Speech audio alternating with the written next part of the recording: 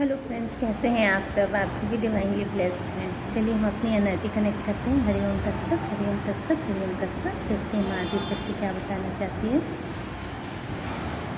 Friends,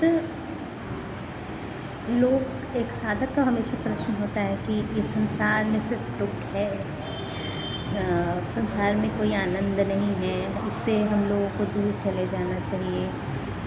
तो जैसे कि एक मतलब ऐसा भी आता है प्रसंग कि श्री राम जी जब सीता जी के वियोग में थे वन में वनवास के समय में, तो वो बहुत दुखी थे। माता पार्वती को भी उनकी परीक्षा के लिए आना पड़ गया था, क्योंकि भगवान राम तो स्वयं आनंद स्वरूप है, तो ऐसा कैसे हो सकता है।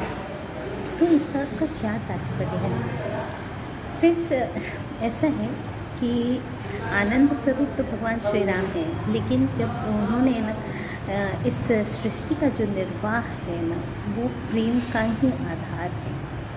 तो ये जो प्रेम है ना, वो एक पवित्र भाव है जो अगर संसार से हो तो क्षणिक आनंद की प्राप्ति कराता है, और अगर यही परमात्मा से हो जाए तो परमानंद की प्राप्ति करा देता है। ये जो आत्मा को जो आनंदित करने का भाव, वो प्रेम ही है।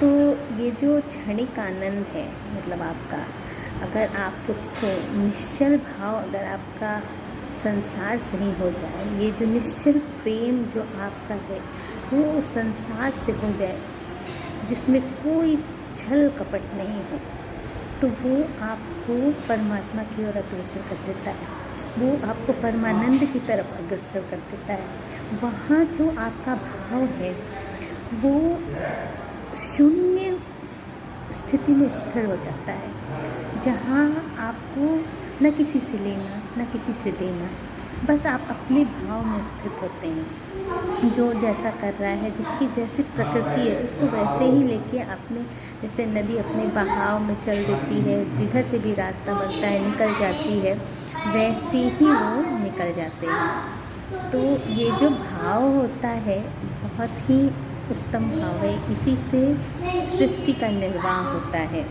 तो प्रेम की जो अनुभूति होती है वो संसार से ही होती है, और वही अनुभूति हमें परमात्मा तक लेकर जाती है।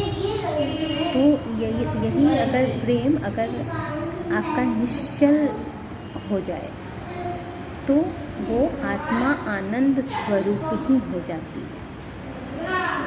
इसीलिए आनंद स्वरूप श्री राम जो हैं वो उस वियोग को दिखाते हैं, उस दुख को दिखाते हैं, प्रेम